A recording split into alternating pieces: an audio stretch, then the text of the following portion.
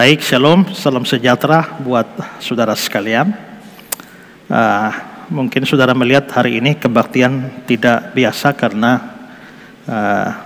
petugas singer atau pemusik yang lain tidak hadir atau tidak ada. Memang dengan sangat terpaksa hari ini kami meminimalkan semua kehadiran karena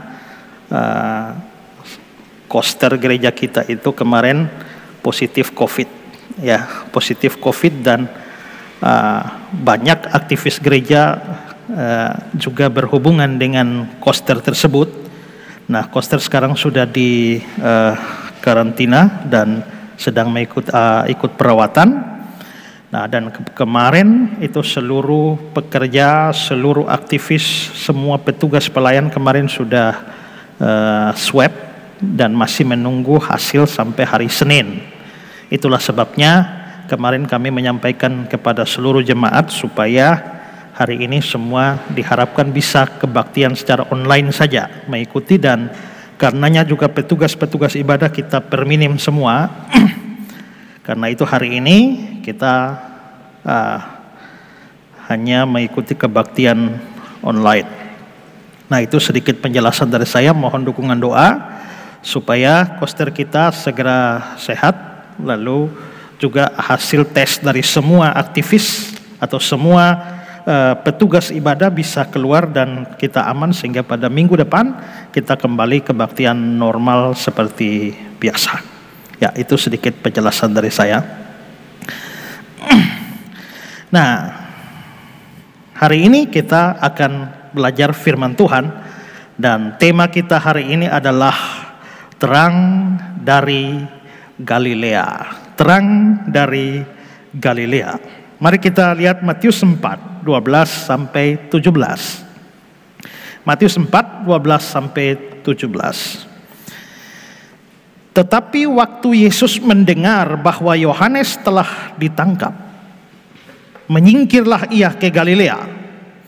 Ia meninggalkan Nazaret dan diam di Kapernaum, di tepi danau di daerah Sebulon dan Naftali, supaya genaplah firman yang disampaikan oleh Nabi Yesaya. Tanah Sebulon dan tanah Naftali, jalan ke laut, daerah seberang sungai Yordan, Galilea, wilayah bangsa-bangsa lain. Bangsa yang diam dalam kegelapan telah melihat terang yang besar, dan bagi mereka yang diam di negeri yang dinaungi maut telah terbit terang. Sejak waktu itulah Yesus memberitakan, bertobatlah sebab kerajaan surga sudah dekat. Tema kita hari ini adalah terang dari Galilea, dan tema ini memang diangkat dari teks yang baru saja kita baca. Karena dalam teks yang kita baca itu ada muncul kata terang, tapi itu dikaitkan dengan wilayah Galilea. Kalau sekilas kita melihat seluruh ayat yang kita baca itu, kita lihat teksnya ada kata-kata Galilea di sana, tapi ada kata terang. Galilea muncul 2 kali dan terang muncul 2 kali. Itulah sebabnya saya memberikan tema hari ini adalah terang dari Galilea, atau bisa juga terang yang terbit dari Galilea. Nah, apa yang dimaksudkan dengan terang di sini? Terang di sini kelihatannya mengacu kepada terang Injil yang disampaikan oleh Yesus. Karena dalam teks kita tadi ayat yang ke-17 dibilang, bertobatlah sebab kerajaan surga sudah dekat. Itu adalah berita Injil yang disampaikan oleh Yesus. Jadi terang di sini adalah terang Injil.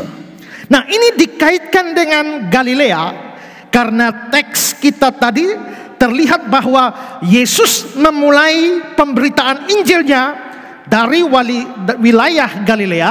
Makanya di ayat yang ke-17 juga dikatakan, sejak waktu itulah Yesus memberitakan. Sejak waktu itulah Yesus memberitakan, bertobatlah sebab kerajaan surga sudah dekat.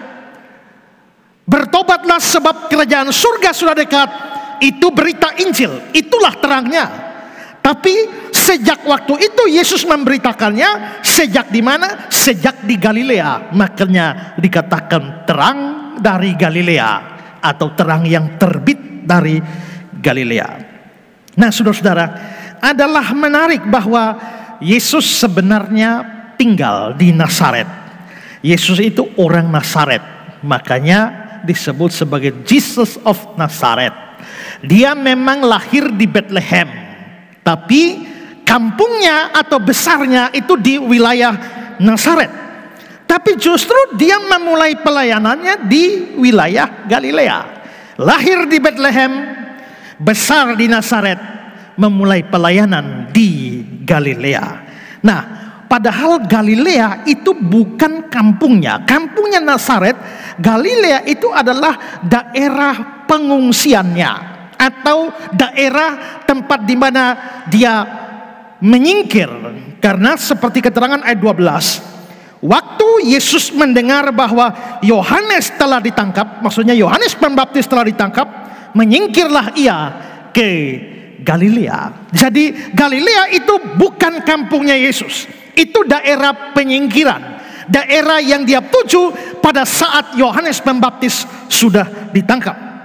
Nah, tapi saudara-saudara, sekalipun dia menyingkir ke Galilea karena Yohanes Pembaptis ditangkap, dan dia di sana memberitakan Injil, memulai pelayanannya, itu bukan sebuah kebetulan. Karena di bacaan kita tadi ayat 14-15 dibilang supaya genaplah firman yang disampaikan oleh Nabi Yesaya. Nah, di bawah tema terang dari Galilea ini, saya mau bicarakan beberapa hal penting. Pertama, mengapa Yesus memulai pelayanannya dari Galilea? Mengapa Yesus memulai pelayanannya dari Galilea? Faktanya dia memang memulai pelayanan dari Galilea. Tapi mengapa? Mengapa dia tidak memulai dari kampungnya sendiri, yaitu kampung Nazaret? Atau kenapa dia tidak memilih wilayah yang lain, tetapi memulainya dari Galilea? The Here memberikan sebuah pandangan demikian. Barangkali ada alasan lain juga yang menyebabkan Yesus pindah dari Nazaret ke Kapernaum. Kafarnahum itu Kafarnahum itu kampungnya Nabi Nahum, ya. Barangkali ada alasan lain juga yang menyebabkan dia pindah dari Nazaret ke Kapernaum. Dia mengetahui bahwa seorang nabi dihormati di mana-mana, kecuali di tempat asalnya sendiri, di antara kaum keluarganya, sebagaimana dikatakan pada Markus 6 ayat 4. Sebab itu tidak bijaksana kalau dia memulai berkhotbah di mana ia telah berdiam berpuluh tahun lamanya. Lebih baik dia memulai dari suatu tempat yang lain. Seorang nabi tidak dihargai di kampungnya, di tempatnya. Jikalau dia tidak dihargai di kampungnya Nazaret, maka untuk apa dia memulai pelayanan dari sana?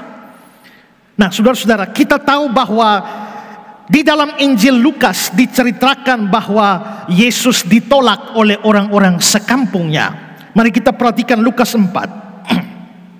Dia datang ke Nazaret, tempat ia dibesarkan, dan menurut kebiasaannya pada hari Sabat dia masuk ke rumah ibadah lalu berdiri hendak membaca dari Alkitab.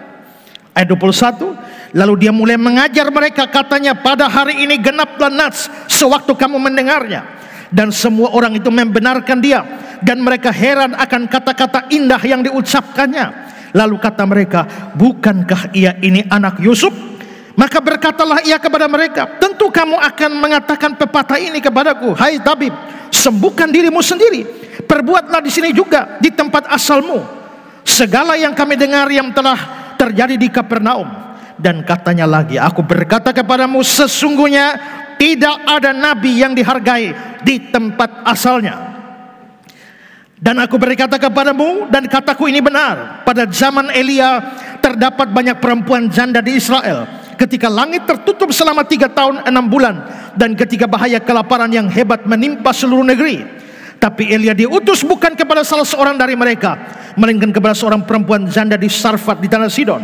Dan pada zaman Nabi Elisa banyak orang kusta di Israel, dan tidak ada seorang pun dari mereka yang ditahirkan selain daripada Naaman orang Syria itu. Mendengar itu sangat marahlah semua orang yang di rumah ibadah itu. Mereka bangun lalu menghalau Yesus keluar kota dan membawa dia ke tebing gunung tempat kota itu terletak untuk melemparkan dia dari tebing itu. Itu terjadi di kampungnya Yesus. Berarti memang orang-orang kampung Yesus sendiri itu menolak Yesus, bahkan hendak membunuh Yesus. Dia ditolak di kampung halamannya, dan karena itulah dia tidak memulai pemberitaan Injilnya, pelayanannya dari kampung atau tempat asalnya sendiri. Tapi saudara, ini belum menjawab pertanyaan kita. Karena pertanyaan kita adalah, mengapa dia memulai pelayanannya di Galilea? Penjelasan tadi hanya menjelaskan bahwa mengapa dia tidak memulai pelayanannya di kampung halamannya. Tapi jika dia tidak memulai pelayanan di kampung halaman, dia bisa punya banyak alternatif. Ada banyak wilayah yang bisa dia pakai sebagai permulaan pelayanannya. Tetapi mengapa harus Galilea? Nah, inilah yang mau saya jelaskan.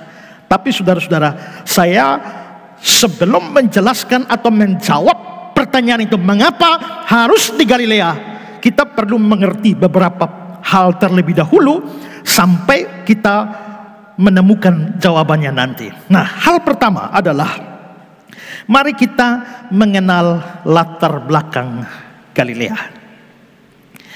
Galilea ini adalah wilayah paling utara dari Palestina. Dan dengan demikian itu wilayah yang paling jauh dari ibu kota Yerusalem. Kalau saudara lihat gambar ini, saudara lihat Yerusalem itu ada di bawah. Terus Galilea itu yang paling atas, paling jauh. Galilea wilayah paling jauh dari Yerusalem. Wilayah ini membentang dari sungai Litani di utara sampai lembah Esdraelon, dan juga di wilayah sebelah timur laut ini berbatasan langsung dengan wilayah Syria yang di atas. Lalu bagian timurnya dibatasi langsung dengan Laut Galilea. Kalau saudara lihat ya, saudara lihat ada Laut Galilea di sebelah sana. Lalu di situ di sebelahnya lagi itu sudah langsung wilayah Syria, jauh dari Yerusalem. Nah, wilayah Galilea bukanlah wilayah yang luas, wilayah yang tidak terlalu besar. Panjangnya itu 75 km saja, ya, membentang dari utara sampai selatan, lalu 40 km dari timur sampai barat. Jadi tidak besar. Kalau kita lihat gambar ini adalah wilayah Galilea. Next. Ini wilayah Galilea yang langsung berbatasan dengan Laut Galilea. Nah, walaupun Galilea tidak cukup luas, tapi penduduknya sangat padat. Flavius Josephus, sejarawan Yahudi, itu menginformasikan bahwa seluruh wilayah Galilea itu ada 204 desa. Dan masing-masing desa itu penduduknya rata-rata 15.000 orang. Seluruh Galilea itu kira-kira ada 204 desa. Kota Kupang berapa desa? Berapa kelurahan? Ya, seluruh kota Kupang ada 51 desa dan kelurahan. Berarti masih kalah jauh kota Kupang dari Galilea. Karena Galilea 204 desa, masing-masing desa penduduknya kira-kira 15.000. Sedangkan penduduk masing-masing kelurahan di kota Kupang rata-rata tidak mencapai 15.000. Ada yang hanya 2.000-an, ada yang hanya 10.000, 9.000, 13.000, 14.000. Sangat jarang yang bisa mencapai 15.000. Tapi 204 desa di Galilea rata-rata 15.000 orang. Itu berarti bahwa wilayah Galilea yang kecil ini sangat padat penduduknya. Nah, sebenarnya Galilea ini sudah ada pada zaman Perjanjian Lama. Dan itu sebenarnya adalah wilayah orang Kanaan.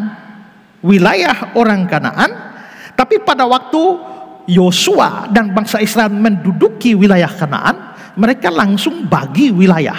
Mereka taklukkan Kanaan, mereka bagi wilayah, dan khusus wilayah Galilea itu adalah wilayah untuk suku Asher, Sebulon, dan Naftali. Karena Israel ada 12 suku.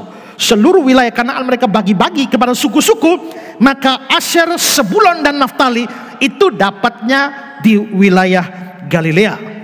Perhatikan ayat yang ke-13 dari bacaan kita tadi, ya. Ia meninggalkan Nazaret dan diam di Kapernaum. Kapernaum itu masuk wilayah Galilea. Di tepi danau, di daerah Sebulon dan Naftali. Coba saudara lihat gambar ini. Gambar yang satu ini, sebelah kiri, ini adalah pembagian wilayah untuk 12 wilayah Kanaan, untuk 12 suku. Maka saudara coba lihat itu wilayah di sana, Asher, Naftali, dan Sebulon. Peta yang sama itu di sebelah kanan, saudara lihat garis lurusnya itu Galilea. Ya, jadi memang Galilea itu wilayahnya Asher, Sebulon, dan Naftali.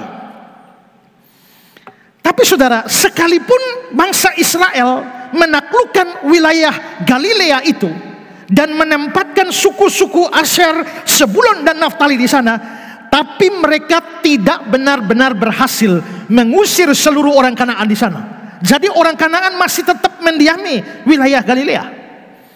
Perhatikan keterangan dari Barclay. Semula wilayah Galilea diperuntukkan bagi suku-suku Asher, Naftali, dan Sebulon, yaitu ketika pertama kali bangsa Israel masuk tanah Kanaan.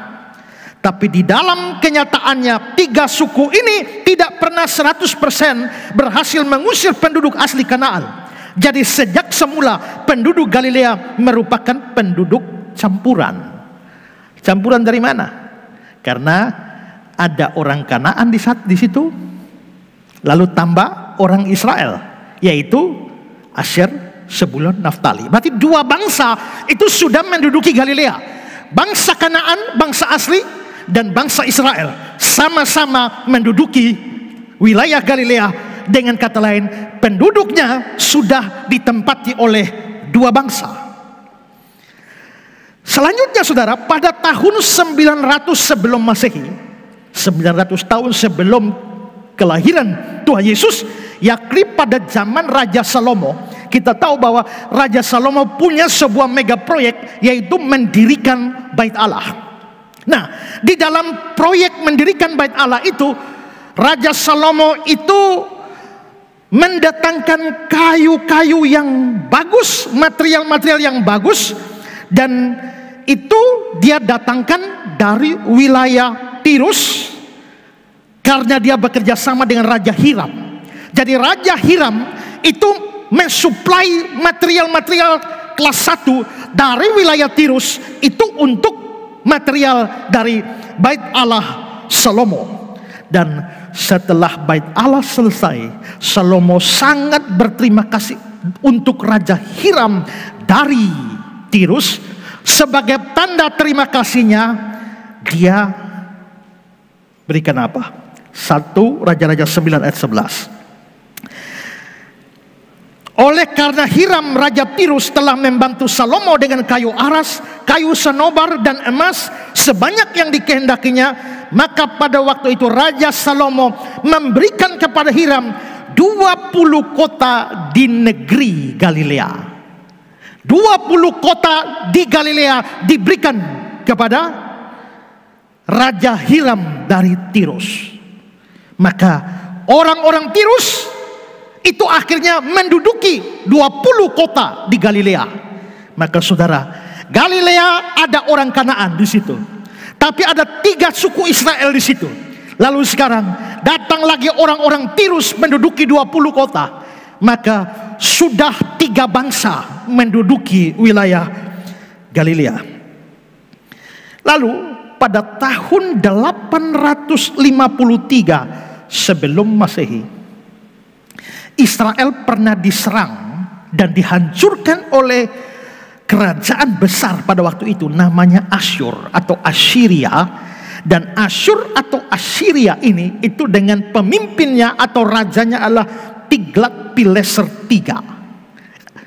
Nah, pada waktu Israel diserang oleh Asyur itulah salah satu daerah yang ditaklukkan oleh Tiglat-Pileser dari Asyur itu adalah Galilea. Perhatikan 2 Raja-Raja 15:29. Dalam zaman Pekah raja Israel, datanglah Tiglat-Pileser raja Asyur, direbutnya Galilea, seluruh tanah Naftali. Jadi Galilea itu juga ditaklukkan oleh Tiglat-Pileser. Ini adalah raja Tiglat-Pileser III, raja orang Asyur. Nah saudara, ketika ini Tiglat-Pileser ini orang pintar. Dia sadar, dia taklukkan banyak bangsa, tapi dia sadar bahwa ketika dia menaklukkan bangsa-bangsa lain, potensi pemberontakan itu besar dari bangsa-bangsa jajahan. Maka dia memikirkan strategi bagaimana caranya supaya bangsa-bangsa taklukan ini tidak memberontak kepada dia. Lalu dia bikin satu sistem penanganan terhadap rakyat dari negeri-negeri jajahan. Nah, bagaimana dia mengelola semua itu? Perhatikan video ini. Berikut ini adalah cara bangsa Asyur memperlakukan bangsa-bangsa yang telah mereka taklukkan. Di gambar ini ada bangsa A, bangsa B, bangsa C, bangsa D, dan bangsa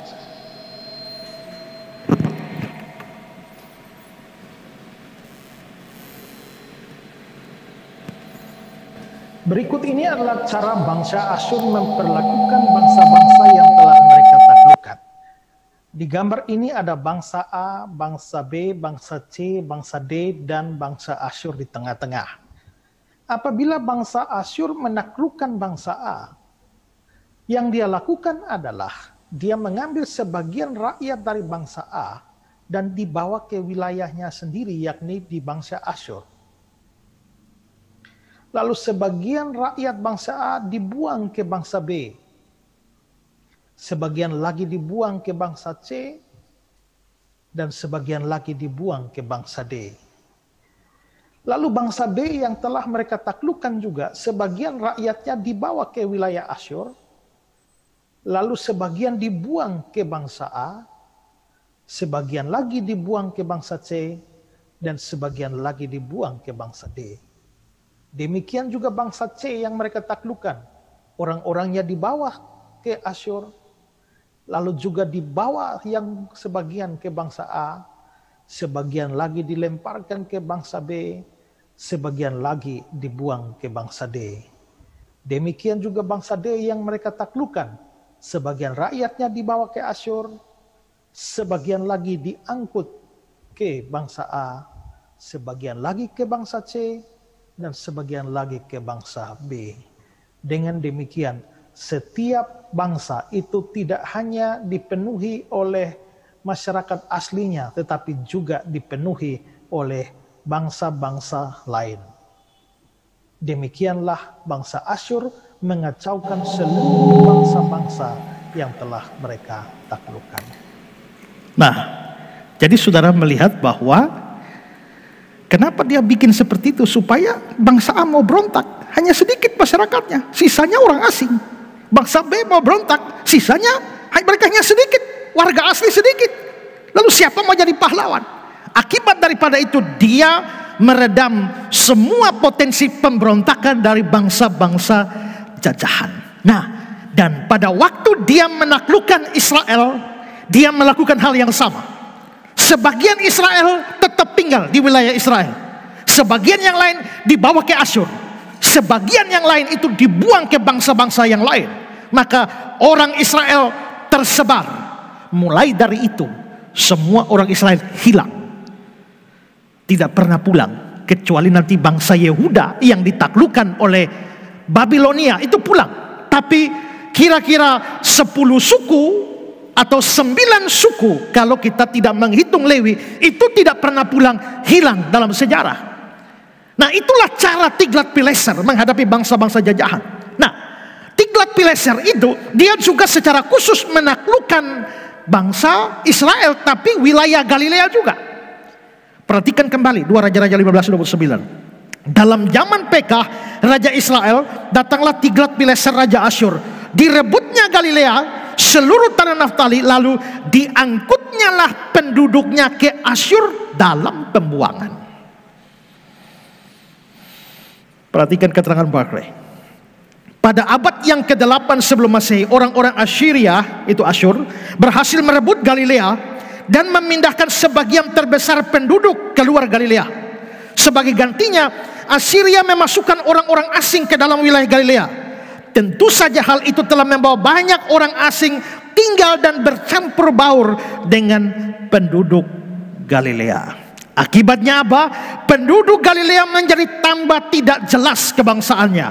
Perhatikan, tadi ada orang Kanaan, asli Kanaan. Lalu ada 3 suku Israel di sana. Lalu ada orang-orang Tirus yang menduduki 20 kota di sana. Sekarang dengan gayanya, penaklukannya Tiglat-Pileser, banyak bangsa taklukan dari Assyria ini masuk dan tinggal di Galilea. Orang-orang Galilea dibuang lagi ke wilayah-wilayah yang lain. Nah, setelah itu, berarti ini sudah banyak bangsa di Galilea. Setelah itu, bangsa-bangsa antar ras di dalam Galilea saling kawin-mawin lagi. Setelah mereka saling kawin-mawin, maka makin tidak jelaslah kebangsaan atau ras mereka. Nah, akhirnya mereka itu sudah tercampur dan tidak jelas rasnya, tidak jelas lagi bangsanya apa, karena sudah berbaur sedemikian rupa. Nah, orang-orang yang sudah berbaur sampai tidak jelas lagi identitas ini, itulah yang disebut sebagai orang Samaria. Jadi orang-orang Samaria itu orang-orang yang dari garis keturunan sudah tidak bisa dilacak keaslian mereka. Ya, perhatikan dari Wikipedia. Pada masa Yesus Kristus dan sebelumnya, wilayah Galilea dihuni oleh orang Samaria, yaitu orang-orang berdarah campuran karena pembuangan bangsa Yahudi dan penduduk asli oleh kekasaran Asyur dan Babel. Penduduk daerah itu kebanyakan berdarah campuran. Oke. Mari kita bicara lagi soal geografi. Nah, Galilea itu dia posisinya itu berbatasan dengan bangsa lain, yaitu bangsa Syria. Ya. Lalu juga dia terletak di pinggirnya atau sebelahnya Sungai Yordan, dan dia ada dekat dengan laut atau Danau Galilea. Perhatikan gambar ini. Ya. Kalau saudara lihat di bagian atas Galilea, di sana itu dia sudah ada bangsa lain di sebelahnya, tapi juga ada Sungai Yordan. Dia persis di samping Sungai Yordan, tapi juga dia bersebelahan dengan laut Galilea. Itulah sebabnya teks kita tadi ayat 15 bilang, tanah Sebulon, tanah Naftali, jalan ke laut, laut Galilea, daerah seberang Sungai Yordan, Galilea. Nah, letak geografis semacam ini penting karena dia di seberang Sungai Yordan, maka dia subur. Dia sangat subur wilayahnya. Dan karena dia ada di persis di sebelahnya laut Galilea atau Danau Galilea, maka perdagangan hidup di sana. Arus perdagangan itu melewati laut Galilea atau Danau Galilea pada masa itu, sehingga banyak orang dari berbagai bangsa itu dalam perdagangan mereka mampir di wilayah Galilea dan tinggal di sana untuk berdagang. Selanjutnya, karena dia itu kita bisa lihat dia ada di wilayah perbatasan, maka orang-orang dari bangsa lain pun masuk.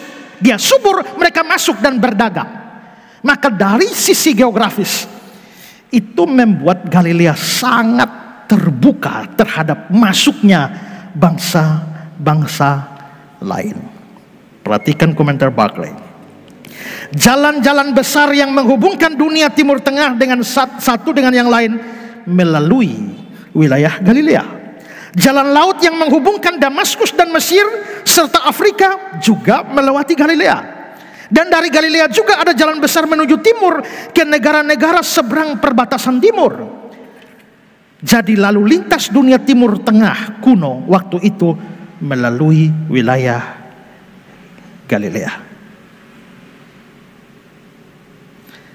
Akibatnya daerah Galilea menjadi daerah yang sangat ramai, menjadi tempat pertemuan dari orang-orang berbagai bangsa.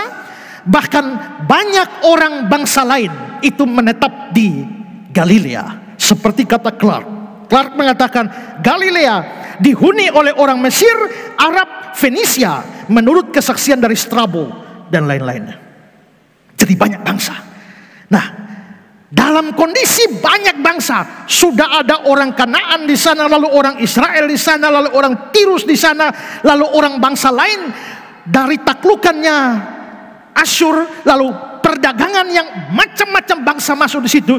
Lalu akibat dari itu, maka mereka bercampur baur kawin-mawin, sehingga akhirnya mereka terciptalah satu logat khas Galilea. Sehingga logatnya aneh karena sudah campur baur. Sehingga kalau orang mendengar seorang bicara, seorang Galilea bicara, dia tidak perlu kasih tahu dia dari Galilea. Dari logatnya kita tahu dia orang Galilea. Sama seperti kalau kita di sini, kita dengar orang ngomong saja kita tahu ini orang Sumba. Kalau kita dengar dia ngomong saja, oh ini orang Sabo, oh ini orang Timur, biarpun dia pakai bahasa Inggris. Ya, life begin at 40. Kalau dia begitu tidak perlu dia jelaskan dia dari mana, kita sudah tahu dia dari mana. Ya, I can stop loving you. Kita bisa tahu dia dari mana. Walaupun dia pakai bahasa Inggris, tapi logatnya khas. Itu tidak ada di tempat lain. Nah, begitu juga dengan orang Galilea. Tidak perlu dijelaskan dia dari Galilea. Orang dengar logatnya, orang tahu. Sekarang saudara bandingkan dengan Matius 26. Sementara itu Petrus duduk di luar di halaman. Maka datanglah seorang hamba perempuan kepadanya. Katanya, engkau juga selalu bersama-sama dengan Yesus orang Galilea itu. Tidak lama kemudian orang-orang yang ada di situ datang kepada Petrus dan berkata, pasti engkau salah seorang dari mereka. Itu nyata dari bahasamu. Itu nyata dari bahasamu. Terjemahan Indonesia sehari-hari bilang, itu kentara sekali dari logatmu. Atau Contemporary English Version, you talk like someone from Galilee. Kamu bicara seperti atau persis kayak orang dari Galilea. Jadi Petrus tidak bisa menyangkal. Logatnya itu jelas dia orang Galilea. Nah, maka sudah banyak bangsa logatnya khas. Hal lain lagi adalah sebagai akibat dari kondisi ini, maka Galilea itu adalah wilayah yang terbuka terhadap hal yang baru. Kalau sudah banyak bangsa, segala macam informasi baru, segala macam perkembangan baru masuk, maka Galilea adalah satu-satunya wilayah di Palestina yang sangat terbuka terhadap perkembangan yang baru. Barclay bilang, Yosefus mengatakan, mereka sangat senang pada hal-hal yang baru dan bersedia berubah, dan juga menyenangi hal-hal yang bersifat menghasut. Mereka selalu siap untuk mengikuti seorang pemimpin dan mulai melakukan hal-hal yang baru. Cukup maju. Mereka tidak kolot, tidak kuno, terbuka terhadap perkembangan. Makanya jikalau ada seorang yang sangat karismatik, seorang yang sangat memukau, seorang yang sangat berpengaruh, mereka dengan mudah mengikuti orang itu. Tidak peduli benar atau tidak. Perhatikan Kisah 5 ayat 37. Sesudah dia, pada waktu pendaftaran penduduk, muncullah si Yudas, seorang Galilea. Dia menyeret banyak orang dalam pemberontakannya.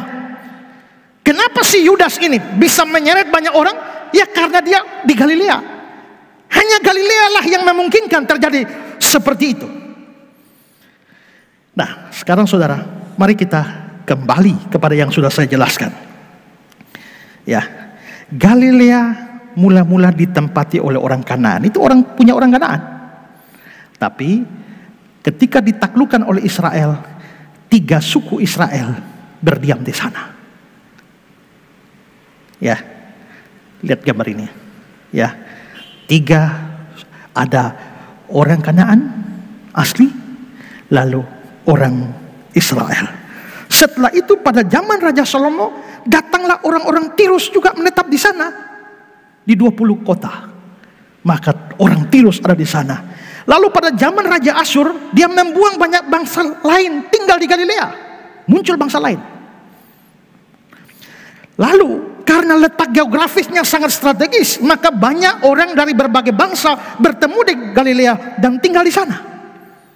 Banyak lagi. Setelah itu di antara mereka saling kawin-mawin sehingga melahirkan keturunan-keturunan blasteran. Nah, maka saudara, saya tanya, berapa banyak bangsa ada di Galilea?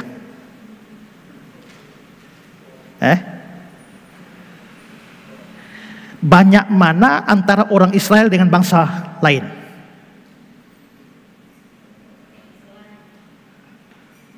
Bangsa lain lebih banyak. Israel hanya sedikit. Nah, karena kalau begitu Israel sangat sedikit di sana, itu dipenuhi oleh bangsa-bangsa lain, maka akhirnya Galilea itu dikenal sebagai wilayah bangsa-bangsa lain. Makanya ayat 15 bacaan kita tadi, tanah Sebulon, tanah Naftali, jalan ke laut, daerah seberang sungai Yordan, Galilea, wilayah bangsa-bangsa lain. Wilayah bangsa lain, atau dalam terjemahan Indonesia sehari-hari, Galilea, tanah orang bukan Yahudi. Nah, penduduk Galilea, apakah mereka menyembah Yahweh Allah Israel? Karena orang Israel sangat sedikit, maka yang menyembah Yahweh Allah Israel ya hanya sedikit, yaitu orang Israel. Sedangkan bangsa-bangsa lain itu mereka tidak menyembah Yahweh Allah Israel. Mereka menyembah segala macam dewa-dewa mereka atau Tuhan-Tuhan, Allah-Allah mereka dari berbagai macam bangsa. Itulah sebabnya maka Galilea juga dikenal sebagai wilayahnya orang kafir. Maka Matius 4 ayat 15 terjemahan lama dikatakan Galilea, tanah orang kafir. Lalu versi King James bilang Galilee of the Gentile. Gentile itu sebenarnya berasal dari bahasa Latin gentium. Ya, gentium yang itu adalah sebutan untuk orang-orang kafir. Gentile dari bahasa Yunani menjadi gentium di dalam bahasa Latin. Lalu pada waktu orang Belanda datang ke Indonesia, dia menyebut orang-orang kafir itu sebagai orang-orang gentium. Ya, orang-orang gentium. Lalu entah bagaimana sampai di Sabu M-nya hilang, maka menjadi gentiu. Dari gentiu ini lalu berkembang menjadi jingitiu. Maka jingitiu itu adalah sebutan untuk orang-orang kafir di wilayah Sabu. Jadi boleh dikatakan Sabu itu adalah Galileanya Jingitiu. Ya, kira-kira begitu. Nah, karena mereka ini adalah orang kafir di Galilea, maka mereka orang kafir, mereka tidak mendapatkan terang. Mereka orang yang hidup di dalam kegelapan. Makanya ayat dalam Yesaya 9 ayat 1 dibilang bangsa yang berjalan dalam kegelapan, mereka yang diam di negeri kekelaman. Bangsa yang jalan dalam kegelapan, diam di negeri kekelaman, itu apa? Itu Galilea. Memang pada tahun 104 sebelum Masehi ada seorang yang namanya Aristobulus berhasil menaklukkan Galilea. Lalu dia memaksa banyak orang Galilea untuk memeluk agama Yahudi, sunat. Dan akhirnya banyak juga yang terpaksa memeluk agama Yahudi. Tapi tetap saja mayoritas di sana adalah bangsa-bangsa lain yang kafir, yang tidak mengenal Allah. Itu kira-kira latar belakang Galilea. Dengan latar belakang Galilea seperti itu, kita bahas hal yang kedua. Bagaimana sikap orang Yahudi terhadap penduduk Galilea? Kita tahu bahwa orang Yahudi itu adalah orang yang sangat fanatik. Bukan hanya dalam urusan agama, tapi dalam urusan ras. Itu mereka sangat fanatik. Bagi mereka, kesucian seorang Yahudi itu terlihat dari terpeliharanya kemurnian ras atau darah orang Yahudi tanpa campuran dengan bangsa lain. Karena campuran dengan bangsa lain itu sama dengan membiarkan diri dimasuki oleh darah kotornya bangsa lain. Maka orang Yahudi yang sangat fanatik tidak mau kawin dengan bangsa lain. Sesama Yahudi, kemurnian ras itu sangat-sangat penting bagi mereka. Nah, karena Galilea itu wilayah bangsa-bangsa lain, orang-orang Yahudi yang di sana itu juga sudah kawin-mawin dengan bangsa lain. Itu berarti darah mereka darah kotor, darah mereka itu darah blasteran. Itulah sebabnya di mata orang Yahudi secara umum, orang Galilea itu orang kotor, orang hina, orang yang menjijikan. Ya, Henry bilang begini, Galilea dipandang orang dengan rasa jijik, dianggap kasar dan tidak tahu adat, bukan orang-orang sopan dan tidak cocok menjadi cendekiawan. Itulah pandangan orang Yahudi secara umum terhadap Galilea. Saya juga pernah jelaskan permusuhan antara orang Yahudi dan orang Samaria, ya. Dan tadi sudah saya singgung sedikit bahwa orang-orang Samaria itu tinggal di wilayah Galilea. Karena ketidaksenangan orang Yahudi pada orang Samaria itu persis seperti ketidaksenangan mereka terhadap orang Galilea secara umum. Dan karena itu Yesus sendiri pernah dimaki sebagai orang Samaria karena dia dianggap berasal dari Galilea. Perhatikan Yohanes 8:88. Orang-orang Yahudi menjawab Yesus, bukankah benar kalau kami katakan bahwa engkau orang Samaria? Karena Galilea. Itu orang Samaria, orang Galilea, orang yang jijik, orang yang hina, orang yang tidak bisa diharapkan. Itulah Galilea. Karena itulah orang Yahudi tidak mau bergaul dengan orang Galilea, seperti mereka tidak bergaul dengan orang Samaria. Tidak ada hukum tolong menolong antara Yahudi dan Samaria. Begitu juga tidak ada hukum saling menolong antara Yahudi secara umum dengan orang-orang Galilea. Dan dalam hukum Yahudi dilarang keras masuk rumah orang non-Yahudi, apalagi makan bersama-sama mereka. Seperti dalam Kisah 10 ayat 28. Kamu tahu betapa kerasnya larangan bagi seorang Yahudi untuk bergaul dengan orang-orang bukan Yahudi atau masuk ke dalam rumah mereka. Dan itu berarti bahwa seorang Yahudi yang taat tidak mungkin bergaul dengan orang Galilea, tidak mungkin bersahabat dengan orang Galilea, tidak mungkin makan bersama orang Galilea. Tidak bisa. Intinya adalah orang Yahudi sangat sentimen dengan orang-orang Galilea. Di mata mereka tidak ada kebaikan sama sekali dari Galilea.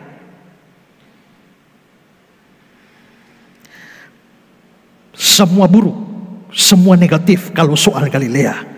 Perhatikan Yohanes 1 ayat 46. Kata Natanael kepadanya, mungkinkah sesuatu yang baik datang dari Nazaret?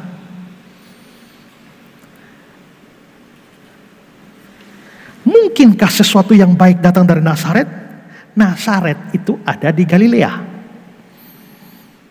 Perhatikan Lukas 1 ayat 26. Dalam bulan yang ke-6, Allah menyuruh malaikat Gabriel pergi ke sebuah kota di Galilea bernama Nazaret. Jadi Nazaret itu ada di Galilea.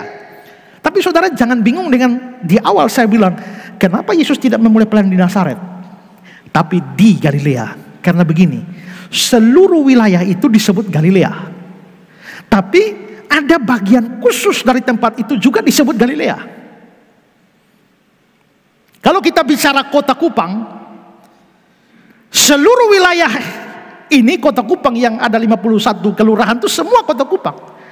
Tapi pada masa yang lampau, yang disebut Kupang itu ya hanya wilayah Kampung Solor itu. Terminal itu Kupang. Maka sampai sekarang pun masih ada orang bilang kamu belanja di mana? Di Kupang. Lu tinggal di mana? Kupang juga. Ya, dia tinggal di Kupang. Ya, tapi dia mau pergi belanja di Kupang karena Kupang itu seluruh wilayah besar ini Kupang, tapi wilayah terminal sampai Kampung Solor itu disebut Kupang. Begitu juga Galilea itu seluruh wilayah itu disebut Galilea besar, tapi ada yang khusus kecil itu disebut Galilea. Nah, Nazaret ada di wilayah Galilea yang besar, tapi Yesus tidak memulai dari kampung Nazaret, tapi dia memulainya dari sebuah yang lebih kecil lagi, Galilea. Nah, itu supaya saudara tidak bingung, ya. Nah, karena itulah maka bagi ketika Yesus itu disebut sebagai Mesias, mereka bilang kami telah menemukan Mesias. Lalu orang-orang bilang, mana mungkin Mesias datang dari Galilea? Mustahil. Coba lihat Yohanes 7, 40-41. Beberapa orang di antara orang banyak yang mendengarkan perkataan-perkataan itu berkata, dia ini benar-benar nabi yang akan datang. Yesus itu nabi yang akan datang. Yang lain berkata, dia ini Mesias. Tapi yang lain berkata, bukan. Mesias tidak datang dari Galilea. Kenapa? Masa Mesias yang kita nanti-nantikan muncul dari Galilea model kayak begitu? Yang menjijikan, yang hina, yang kotor seperti itu. Tidak mungkin Mesias datang dari Galilea. Yohanes 7 ayat 52. Jawab mereka, apakah engkau juga orang Galilea? Selidikilah kitab suci dan engkau akan tahu bahwa tidak ada nabi yang datang dari Galilea. Terjadi kontroversi karena Yesus diproklamirkan sebagai Mesias, sebagai Sang Kristus itu. Tapi banyak orang tidak bisa terima. Kenapa? Karena dia asalnya dari Galilea. Mana mungkin Mesias datang dari Galilea? Negeri kotor itu, negeri hina, negeri jijik itu. Tidak mungkin. Karena itu orang Yahudi sangat merendahkan Galilea, sangat menghinakan Galilea. Nah, setelah saudara mengerti semua ini, sekarang ke pertanyaan inti kita. Mengapa Yesus memulai pelayanannya dari Galilea? Setelah mendengar semua penjelasan saya panjang lebar tentang Galilea, maka sebenarnya kita bisa melihat di dalamnya mengapa Yesus mau melayani. Permulaan pelayanan di Galilea. Pertama, dari sisi penduduknya, Galilea sangat padat penduduknya, multiras, di mana orang-orang dari berbagai bangsa tinggal di sana. Jika Injil mulai diberitakan dari wilayah dengan penduduk seperti ini, maka dengan cepat Injil akan mencapai bangsa-bangsa. Itu alasan. Barclay bilang begini, jadi Yesus mulai misinya di bagian wilayah Palestina di mana terdapat banyak orang yang akan mendengarkannya. Dia memulai pekerjaannya di daerah yang dikerumuni oleh manusia, dan kepada mereka itulah berita Injil harus disampaikan. Jadi mengapa Yesus memilih Galilea? Karena ini dipenuhi oleh begitu banyak bangsa. Injil diberitakan sekaligus kepada banyak bangsa yang diam di Galilea. Kedua, dari sisi bahasanya, seperti yang sudah saya jelaskan, ada multi bahasa di sana. Karena orang Kanaan pasti dengan bahasanya sendiri, orang Israel sendiri, orang-orang Tirus sendiri, bangsa-bangsa lain yang dibuang oleh Asyur juga dengan bahasa sendiri, orang-orang yang datang berdagang atau penduduk-penduduk negeri tetangga juga dengan bahasa sendiri. Maka jikalau Injil disampaikan pada masyarakat yang hidup dengan multi bahasa, maka di sini kita bisa melihat bahwa kemungkinan Injil untuk mencapai banyak bangsa melalui bahasa akan bergerak dengan cepat. Coba perhatikan Matius 4, 23-25. Yesus pun berkeliling di seluruh Galilea. Dia mengajar dalam rumah-rumah ibadah, memberitakan Injil kerajaan Allah, serta melenyapkan segala penyakit dan kelemahan di antara bangsa itu. Terus ayat 24. Maka tersiarlah berita tentang dia di seluruh Syria. Ini sudah wilayah luar. Kenapa? Karena tadi saya jelaskan Galilea berbatasan dengan Syria.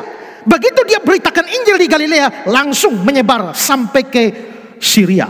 Lalu ayat 25, apa akibatnya? Maka orang banyak berbondong-bondong mengikuti dia. Mereka datang dari Galilea dan dari Dekapolis dan dari Yerusalem dan dari Yudea dan dari seberang Yordan. Karena apa? Karena Injil disampaikan dalam bahasa-bahasa yang banyak seperti itu, menyebar sampai wilayah-wilayah yang lain. Akibatnya apa? Orang dari berbagai macam tempat datang mencari Yesus di Galilea. Tapi Injil juga sampai keluar wilayah Palestina, yaitu wilayah Syria. Coba lihat gambar ini. Disitulah wilayah Galilea Yesus memulainya. Dan dikatakan dalam teks tadi, Injil yang dia beritakan mencapai wilayah Syria, sampai Syria. Lalu juga dikatakan bahwa dari wilayah Dekapolis orang-orang pergi ke sana. Dekapolis itu polit metropolitan. Kalau kita metropolitan, kota metro. Dekapolis itu kota, deka itu 10. Jadi Dekapolis itu artinya 10 kota. Jadi dari 10 kota Dekapolis, mereka juga pergi cari Yesus sampai di Galilea. Lalu juga orang-orang dari seberang sungai Yordan ini, dari bawah sungai Yordan, mereka juga pergi. Lalu orang-orang dari Yerusalem pun, dari Yudea, Yerusalem pun mereka pergi. Kenapa Injil bisa menyebar dengan cepat? Karena dia mulai di Galilea. Jika dia mulai di tempat lain, penyebaran Injil tidak secepat yang kita bisa lihat. Ya, itulah sebabnya cerita-cerita Injil itu menunjukkan pada kita bahwa Yesus memulai pelayanannya, memanggil murid-muridnya pertama di Galilea. Karena seperti saya jelaskan, orang Galilea sangat terbuka dan mereka sangat suka terhadap hal-hal yang baru, sangat suka mengikuti seorang yang karismatik. Dan karena itu dengan mudah Yesus mendapat murid-muridnya dari Galilea. Perhatikan Matius 4. Dan ketika Yesus berjalan menyusur danau Galilea, dia melihat 2 orang bersaudara, Simon yang disebut Petrus dan Andreas saudaranya. Mereka sedang menebarkan jala di danau, sebab mereka penjala ikan. Yesus berkata kepada mereka, "Mari ikutlah aku, dan kamu akan kujadikan penjala manusia." Lalu mereka pun segera meninggalkan jalannya dan mengikuti dia. Mudah sekali, ya karena memang Galilea begitu. Ya. Dan setelah Yesus pergi dari sana, dilihatnya pula 2 orang bersaudara, Yakobus anak Zebedeus, Yohanes saudaranya, bersama ayah mereka Zebedeus sedang menebarkan jala di dalam perahu. Yesus memanggil mereka dan mereka segera meninggalkan perahu serta ayahnya lalu mengikuti dia. Kenapa mudah? Ya karena orang Galilea. Di tempat lain orang mungkin, "Lu siapa? Ya, kenapa saya harus ikut lu?"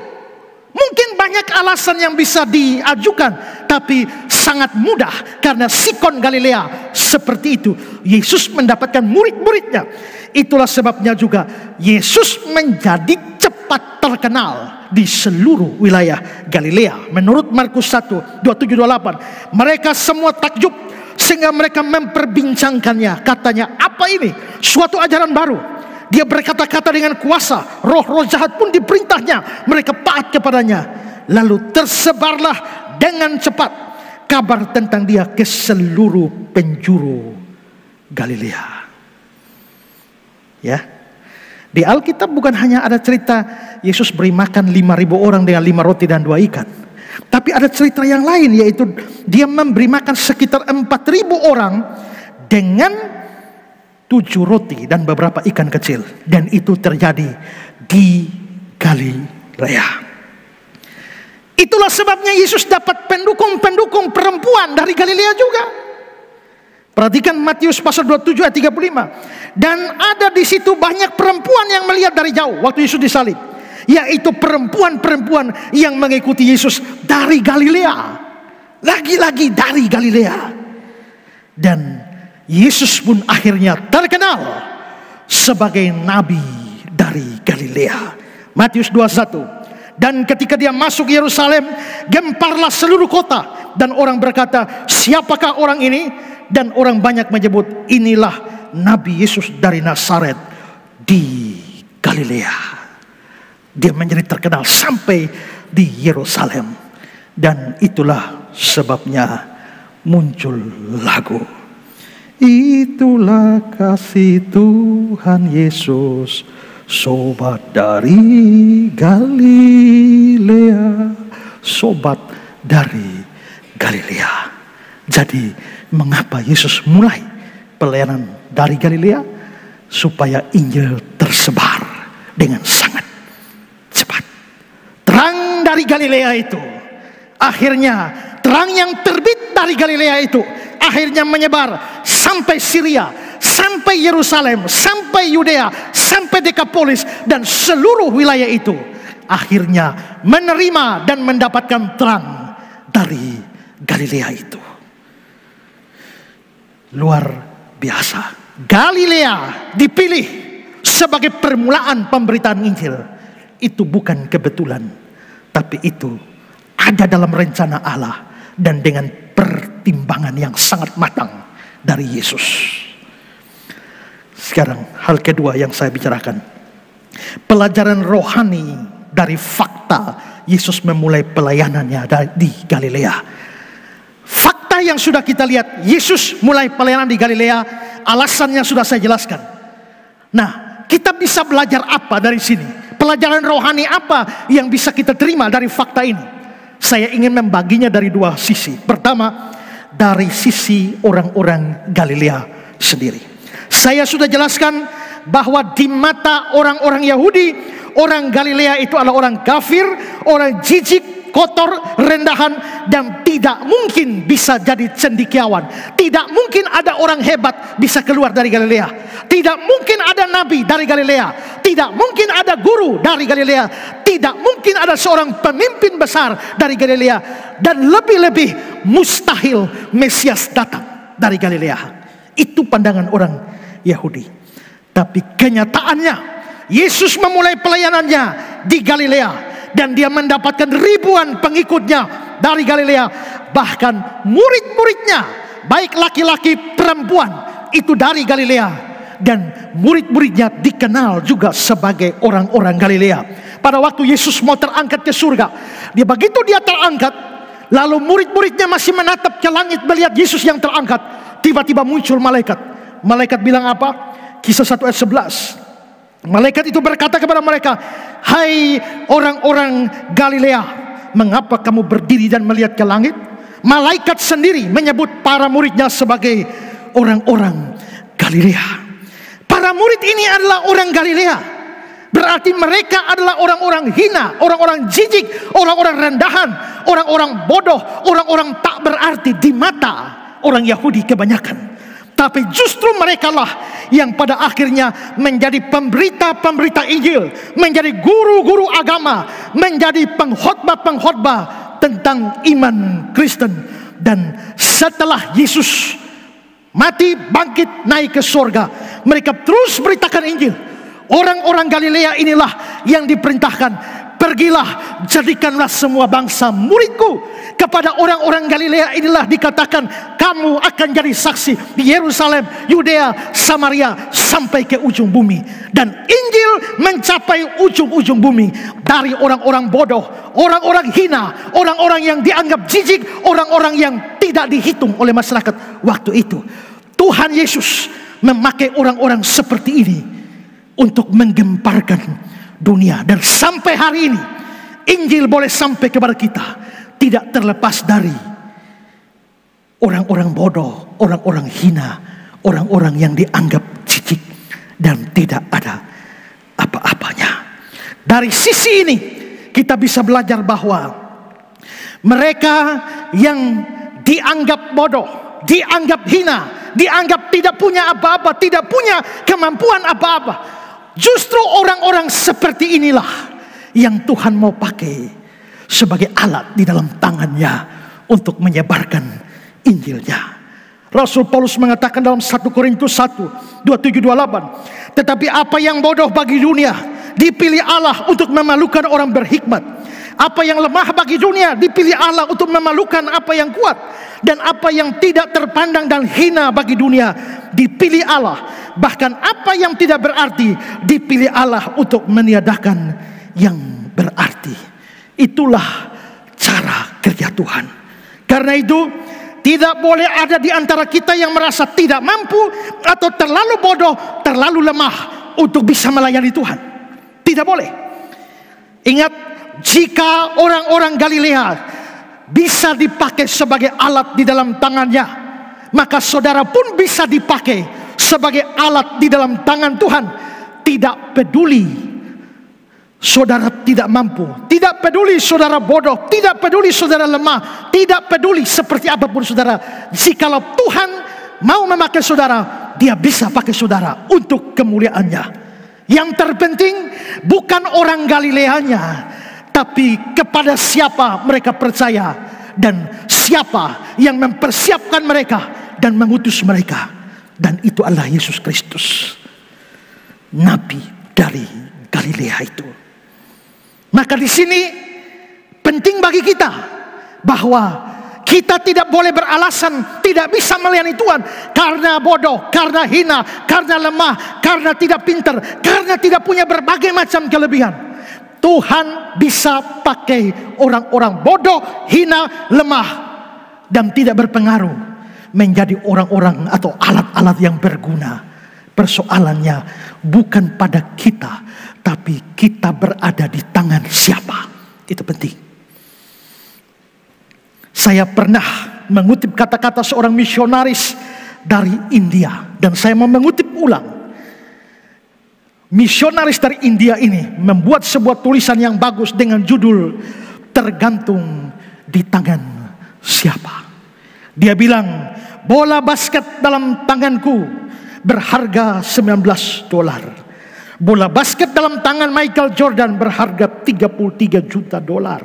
Tergantung di tangan siapa. Baseball dalam tanganku berharga $6. Baseball dalam tangan Mark McGwire berharga $19 juta. Tergantung ada di dalam tangan siapa. Raket tenis tak ada gunanya dalam tanganku. Raket tenis dalam tangan Venus Williams menghasilkan kemenangan dan kejuaraan dunia. Tergantung di tangan siapa. Tongkat dalam tanganku menghalau binatang buas. Tongkat dalam tangan Musa membelah lautan luas. Tergantung di tangan siapa. Katapel dalam tanganku merupakan mainan anak-anak. Katapel dalam tangan Daud merupakan senjata dahsyat yang menumbangkan Goliat. Tergantung di tangan siapa. 5 roti dan 2 ikan dalam tanganku menjadi beberapa potong roti isi. 5 roti dan 2 ikan dalam tangan Yesus memberi makan ribuan orang. Tergantung di tangan siapa.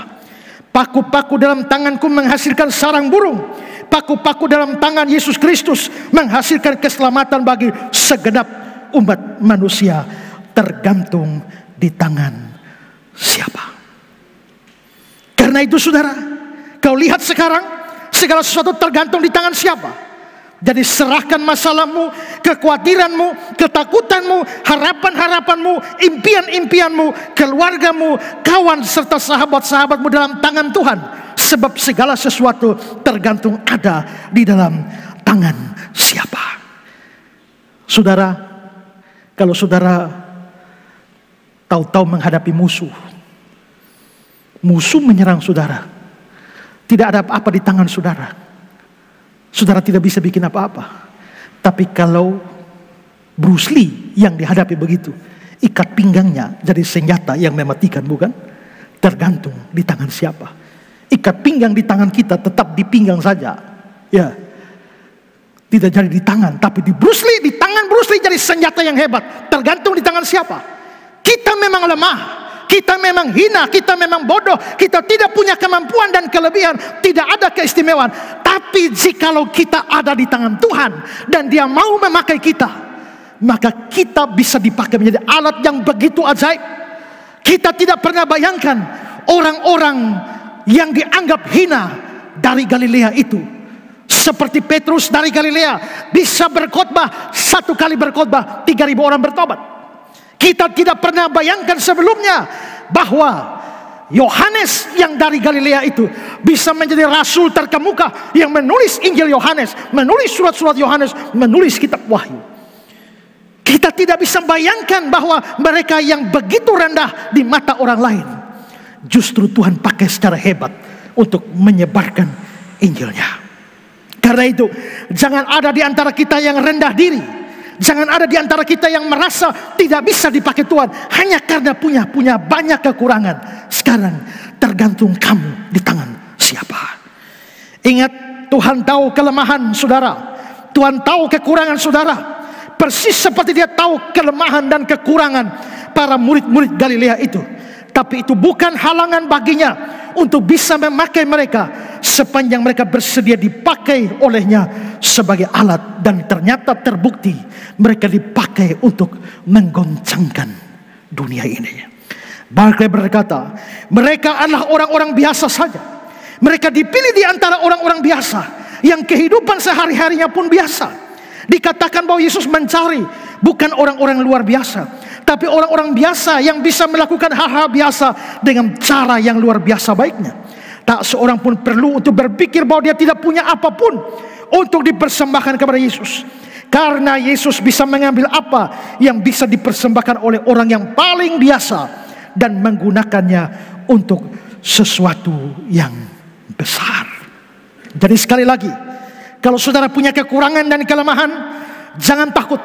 Tuhan tetap bisa pakai saudara. Serahkan diri sungguh-sungguh pada Tuhan. Juga, kalau saudara punya kekurangan atau kelemahan, jangan jadikan itu sebagai alasan untuk tidak melayani Tuhan. Karena faktanya Tuhan justru memanggil orang-orang biasa. Itu dari sisi orang-orang Galilea. Dan yang kedua, terakhir, dari sisi Yesus sendiri. Dari sisi Yesus kita bisa melihat luar biasa alasan yang Dia pakai, yang Dia ambil untuk memulai pelayanan dari Galilea. Dia memperhitungkan segala sesuatu, multiras, multibahasa, posisi geografis dari Galilea. Dia pertimbangkan semua itu dan Dia memilih memulai dari Galilea, dan akibatnya Injil tersebar begitu hebat. Dengan kata lain, Yesus merancang atau memikirkan langkah demi langkah di dalam pelayanan. Dia bukan asal sembarang pelayanan, tapi Dia memikirkan dengan serius pelayanannya dengan cara terbaik, di tempat terbaik, dan pada saat yang terbaik, supaya Injil bisa mencapai hasil yang maksimal. Dia memang datang untuk beritakan Injil, tapi Injil tidak boleh diberitakan di sembarang tempat atau sembarang situasi atau sembarang orang tanpa memperhitungkan banyak hal. Yesus telah menunjukkan teladan bagi kita bahwa kita harus sungguh-sungguh memikirkan segala potensi yang ada agar Injil yang kita beritakan lebih cepat menyebar dan mencapai hasil yang maksimal. Paulus juga berkata dalam 1 Korintus 9 ayat 26, sebab aku tidak berlari tanpa tujuan, dan aku bukan petinju yang sembarang saja memukul. Tidak, semua mesti dipikirkan supaya pelayanan bisa maksimal. Pemberitaan firman, pemberitaan Injil maksimal, itu harus dipikirkan cara yang terbaik. Kalau pada zaman Yesus, penyebaran Injil bisa terjadi dengan cepat melalui wilayah Galilea, berarti zaman Yesus pelayanan bisa maju lebih cepat. Injil, firman bisa lebih maksimal diberitakan. Itu melalui sebuah tempat. Zaman sekarang, firman atau Injil menyebar dengan cepat melalui apa? Zaman Yesus melalui sebuah tempat. Zaman sekarang melalui apa? Melalui media. Bukan lagi tempat, tapi media. Kita hidup dalam satu zaman yang modern, yang serba canggih, dilengkapi dengan berbagai macam fasilitas yang luar biasa, di mana kita bisa menjelajah seluruh dunia hanya dengan benda kecil di tangan kita yang bernama HP. Semua itu bisa kita manfaatkan untuk membuat Injil dan firman Tuhan menyebar dengan cepat, mencapai seluruh wilayah di dunia ini, hanya dengan 1-2 kali ketukan di HP kita. Kalau semua kemajuan ini, fasilitas seperti ini Kalau kita bisa memaksimalkannya untuk pemberitaan Injil dan pemberitaan firman Tuhan, maka saya percaya firman Tuhan, Injil akan bergerak lebih cepat dan menyebar kepada lebih banyak orang, lebih daripada zaman Yesus. Kemajuan teknologi informasi sehebat ini meruntuhkan banyak tembok pemisah yang tidak bisa ditembus oleh pemberitaan Injil konvensional. Pemberitaan Injil konvensional, utusan-utusan misi harus pergi ke negara-negara lain, ke suku-suku tertentu, dan pintu-pintu penghalang ditutup menghambat masuknya Injil. Kita menghargai para misionaris, kita menghargai para hamba Tuhan yang memberikan diri mereka sebagai utusan misi ke negara lain, ke wilayah-wilayah yang terpencil sekalipun. Tapi zaman sudah berubah, bahwa pintu-pintu itu bisa dibongkar oleh pemberitaan Injil lewat media-media modern sekarang. Seorang anak dari pemimpin Hamas yang menjadi percaya, dia bilang di dalam agama dia sebelumnya, pintu telah ditutup selama kira-kira 1400 tahun, sehingga orang-orang mereka tidak bisa dapat informasi apapun, baik tentang agama lain maupun juga agama mereka sendiri dari luar, selain, dan mereka tidak boleh bertanya apa-apa tentang agama mereka.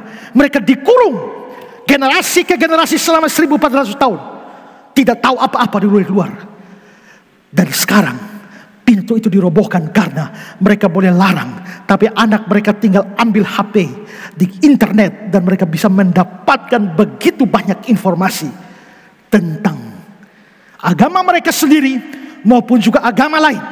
Dan orang ini berkata bahwa sekarang dan untuk waktu-waktu ke depan, pintu yang telah tertutup berabad-abad itu akan segera diruntuhkan, dan Injil bisa menerobos sampai di dalam kamar mereka sendiri, sampai di dalam apa yang mereka pegang di tangan. Karena itu saudara, dengan kemajuan teknologi seperti ini, sayang sekali kalau kita tidak pergunakan segala macam fasilitas dan kemajuan teknologi ini untuk pemberitaan firman dan untuk penyebaran kabar baik.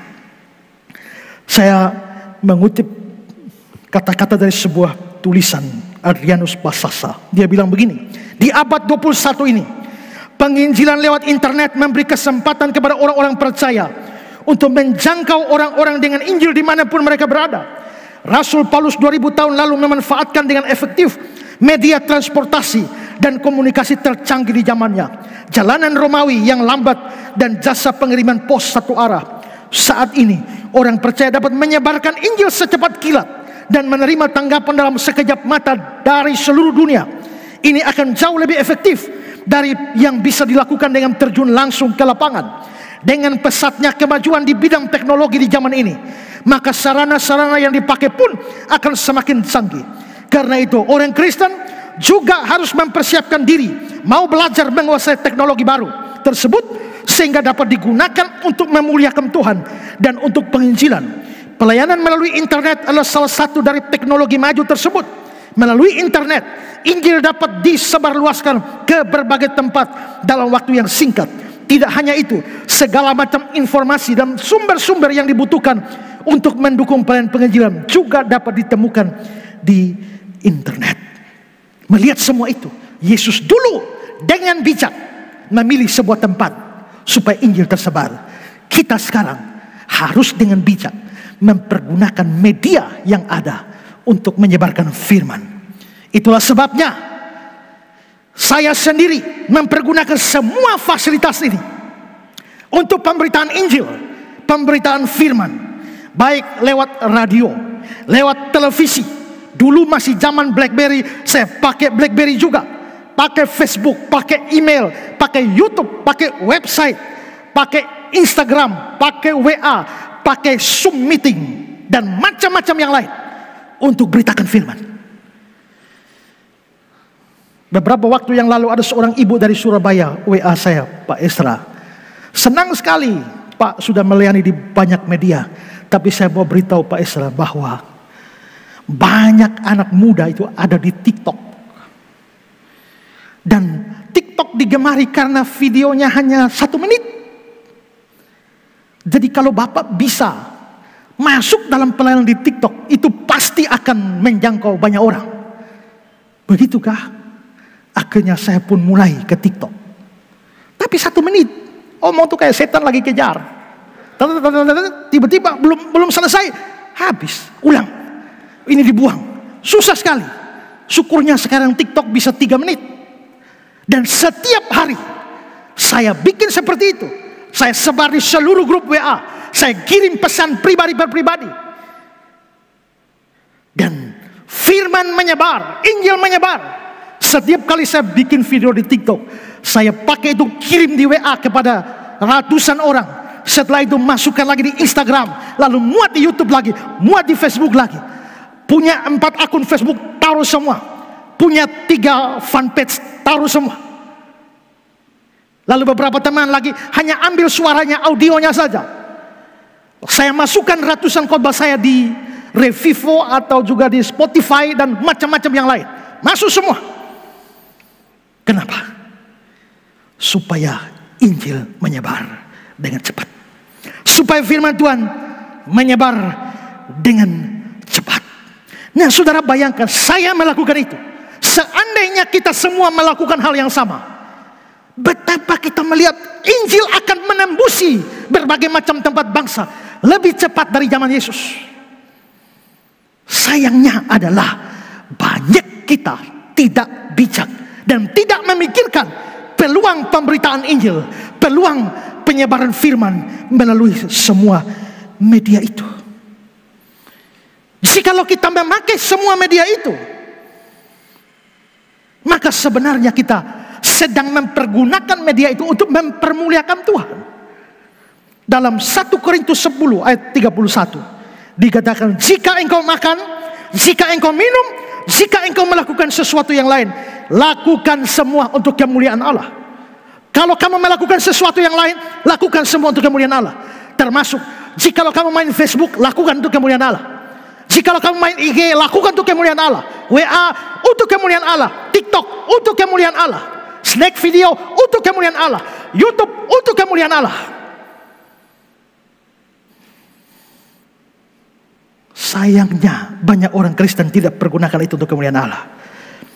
Media sosialnya hanya dipakai untuk senang-senang. Hanya untuk dipakai bagi perkara-perkara sekuler. Hanya untuk teror orang. Hanya untuk maki-maki orang. Naik status cuci maki orang. Dari ujung timur sampai ujung barat. Utara sampai selatan. Lintang timur sampai lintang selatan. Hanya untuk menyebarkan hoax. Hanya untuk pamer kekayaan. Bahkan ada yang screenshot saldo di rekeningnya lalu upload. Lu pun tujuan apa, kawan? Mau tunjuk bahwa lu duit banyak? Dan macam-macam hal yang tidak bijaksana. Anak-anak Tuhan pakai TikTok juga untuk kemuliaan Tuhan. Jangan hanya TikTok, hanya goyang-goyang saja terus. Diam-diam mengisimu, diam-diam mencintaimu. Saya bosan tiap hari lihat itu. Tiap kali buka ini orang goyang, diam-diam mencintaimu. Terus seperti itu.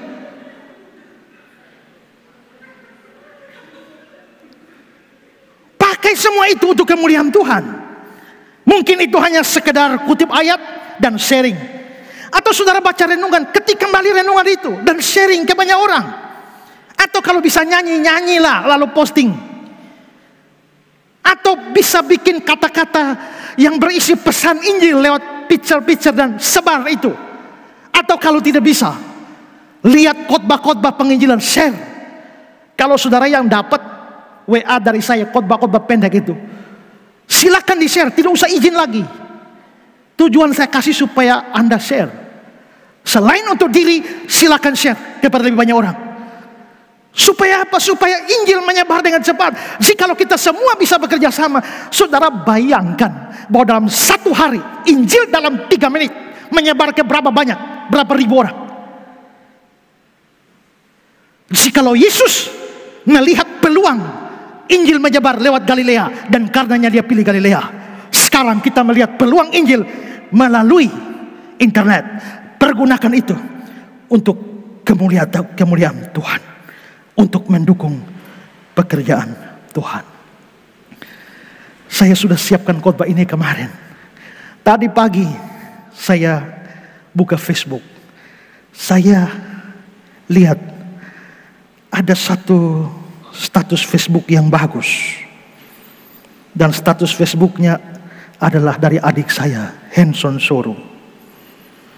Dia seorang pengusaha yang biasa posting di Facebook atau media-medianya semua urusan usahanya. Tapi hari ini dia membagikan status Facebook yang bagus. Coba kita lihat. Hutang uang bayar kacang tanah. Apakah diperbolehkan hutang uang dibayar dengan kacang tanah? Bila si penghutang tak punya duit untuk bayar hutang, lalu apa boleh si penghutang bayar pakai kacang tanah? Tak boleh. Si penghutang harus tetap bayar pakai duit. Si penghutang tak boleh bayar pakai kacang tanah. Begitu pula halnya dengan dosa. Apakah diperbolehkan bayar hutang dosa dibayar dengan perbuatan baik? Bukankah dosa itu berurusan dengan Allah? Bila dosa berurusan dengannya, tak bolehlah dosa dibayar dengan perbuatan baik. Bayarlah hutang dosa kepadanya. Bila dosa tak bisa dibayar dengan perbuatan baik, jangan bayar hutang dosa dengan perbuatan baik. Bayarlah hutang dosa ke dia.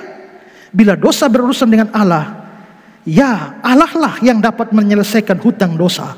Dialah yang dapat membayar lunas dosa manusia.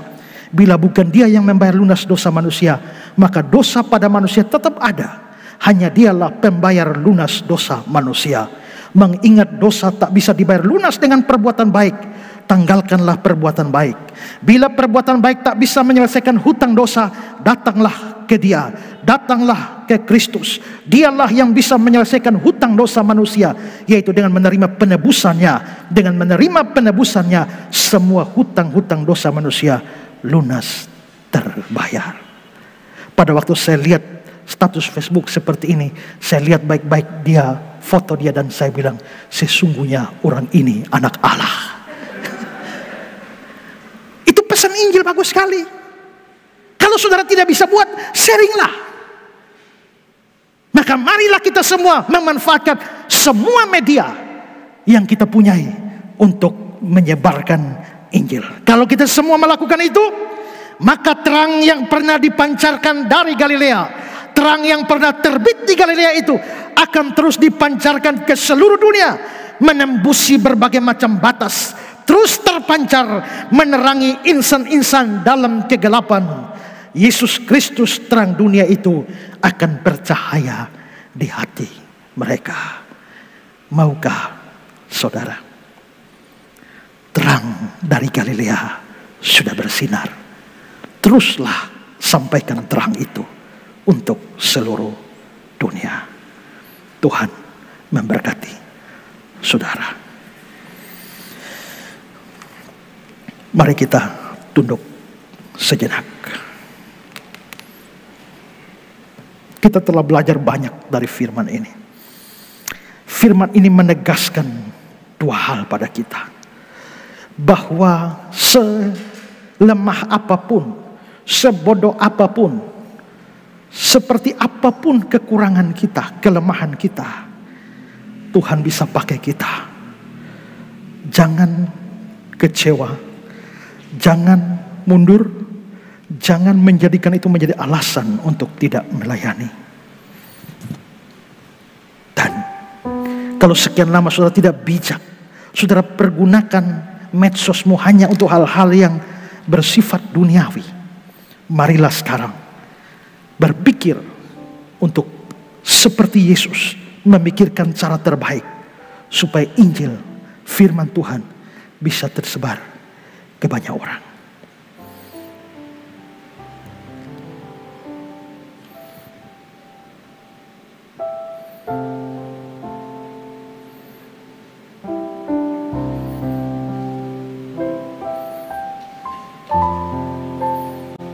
Mari masing-masing berdoa dalam hati.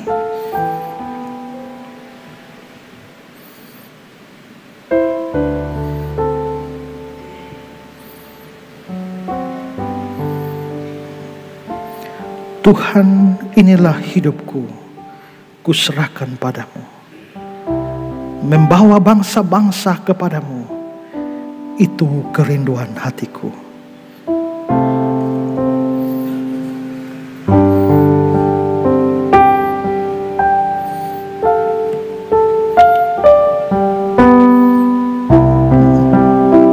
Mari kita menyanyikan lagu ini. Tuhan, inilah hidupku.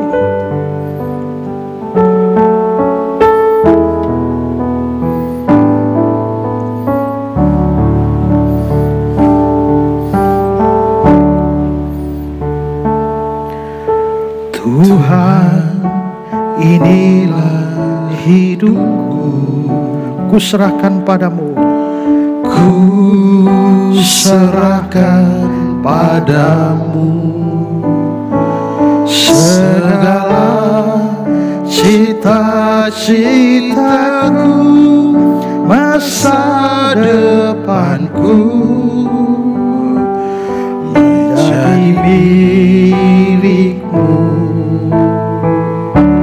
Jadikan aku terangmu di tengah kegelapan dunia. Membawa bangsa-bangsa kepadamu. Membawa bangsa-bangsa kepadamu. Tuhan, ini kerinduanku. Tuhan, ini kerinduan. Sekali lagi katakan, Tuhan, inilah hidupku. Tuhan, inilah hidupku, Kuserahkan padamu. Kuserahkan padamu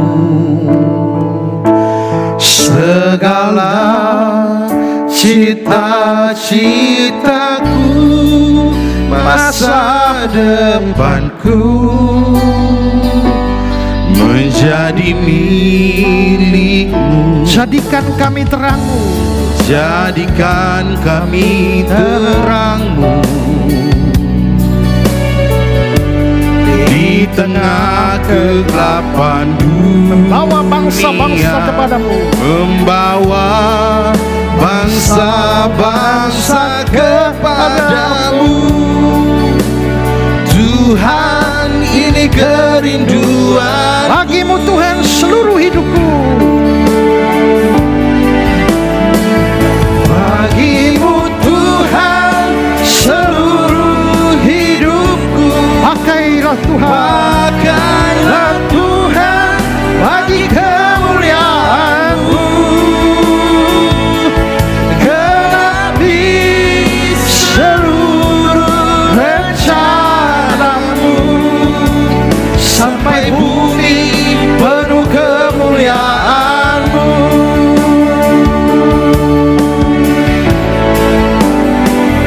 Bagimu Tuhan seluruh hidup. Pakailah Tuhan bagi kemuliaan-Mu. Genapi seluruh rencana-Mu sampai bumi penuh kemuliaan-Mu. Sampai bumi penuh kemuliaan-Mu. Sampai bumi. Sampai bumi penuh kemuliaan-Mu. Terima kasih Tuhan untuk firman-Mu. Dan biarlah kami semua punya tekad untuk dipakai oleh Tuhan. Menyerahkan diri kami dipakai oleh Tuhan. Biarpun dalam kelemahan, kekurangan, dan segala keterbatasan. Tapi kami percaya bahwa yang penting adalah kami ada di tangan Tuhan yang bisa memakai kami secara ajaib untuk kemuliaan nama-Mu. Dan biarlah kami selalu memikirkan cara terbaik. Mempergunakan segala fasilitas dengan baik. untuk menyebarkan firman, beritakan Injil kepada banyak orang. Terima kasih Tuhan untuk kebenaran firman yang sudah dibukakan bagi kami. Tuhan dimuliakan di atas semuanya. Dalam nama Yesus kami berdoa.